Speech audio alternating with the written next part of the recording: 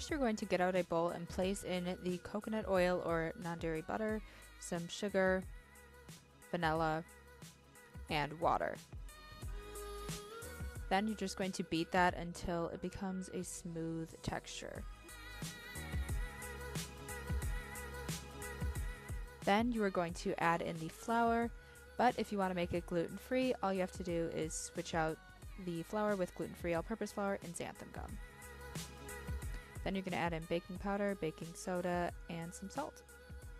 Then you're just going to mix that again until a soft dough forms.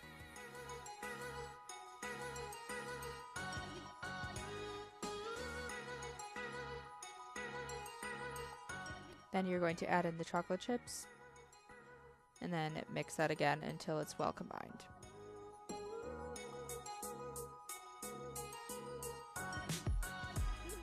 Then, getting out a parchment-lined baking sheet, you're just going to add on the dough in about tablespoon forms, and then you're just going to bake it at 350 for 15 to 17 minutes.